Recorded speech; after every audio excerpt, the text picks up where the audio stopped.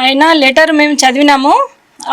ఎట్లా ఉంది అని అంటే ఆమెను వాళ్ళు 6 నెలలప్పుడు వదిలేసిండ్రు అని చెప్పేసి మాట్లాడిండ్రండి. అయితే మేమిద్దరము ఒక విప్లవోద్యమాలలో ఇద్దరము పనిచేసే వాళ్ళము.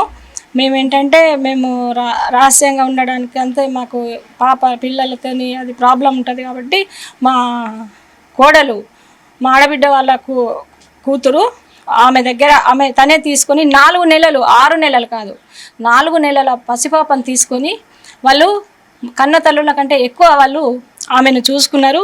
లోటు ఎప్పుడు రానియలేరు వాళ్ళు ఎప్పుడు కూడా వాళ్ళ పెంపకం మీద ఆమె అయ్యో నేను మా అమ్మ వాళ్ళ దగ్గర ఉంటే ఇంకెక్కువ ఉంటుంటే అని ఎప్పుడు తను అనుకోలేదు.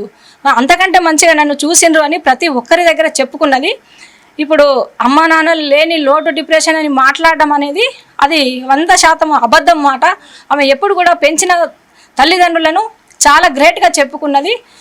మేము కూడా ఎక్కడ పోయినా సరే మేము ఇప్పుడు ఇంతకుముందు తను మా హస్బెండ్ మాట్లాడిండు నిజంగా అంటే పిల్లల చూసుకోక అంటే ఒక పిల్లను తల్లిదండ్రుల ప్రేమ అందించలేకపోయినామని మీకు బాధ ఉందంటే నిజంగా అంటే మరి అట్లా వదిలేయలేకపోతే సమాజం కోసము, సమాజంలో ఉన్న ప్రజల మార్పు కోసము పని చేయాలంటే సాధ్యం కాదు కదా. అది ఒక చిన్న అంశము. వాటిని వాటిని త్యాగం చేస్తేనే మనము ఇట్లాంటి పనులు చేయగలుగుతాము. తప్పదు అలాంటిది.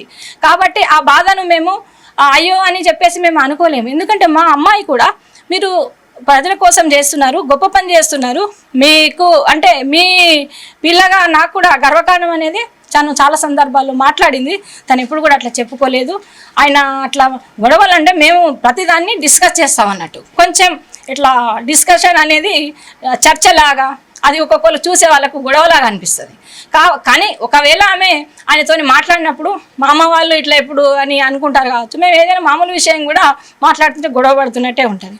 అదంతా కూడా ఆయన ఒక నేరం నుంచి తప్పించుకోవడానికి కోసము మాట్లాడుతున్నటువంటి మాటలే. ఆ లేఖ అంతా కూడా అన్ని అబద్ధాలే కనిపిస్తున్నాయి. లేఖ చదివిన వాళ్ళకి ఎవరికైనా అర్థమవుతుంది అది.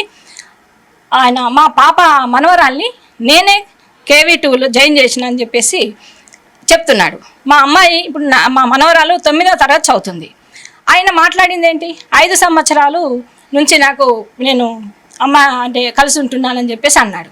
మరి 5 సంవత్సరాల నుంచి కలిసి ఉంటే ఆమె ఇప్పుడు 9th క్లాస్, 9 సంవత్సరాల నుంచి ఆ స్కూల్లో చదువుతుంది. అబద్ధం కదా అది. అట్లా అన్నట్టు అట్లాంటి ఆయన ఇంకొకటి ఏంటి అంటే నేను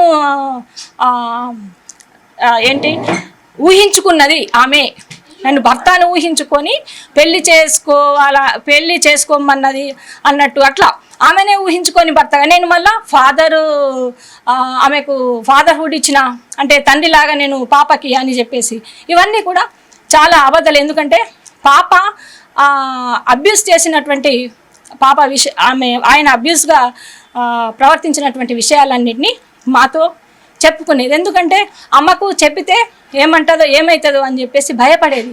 అబ్యూజివ్ విషయాలు కూడా మాతో షేర్ చేసుకున్నది. లేదు నువ్వు అమ్మకు చెప్పితేనే ఇలాంటివన్నీ ఆమెకు అర్థమవుతాయి అని చెప్పేసి మేము చెప్పినాం ఆమెకు.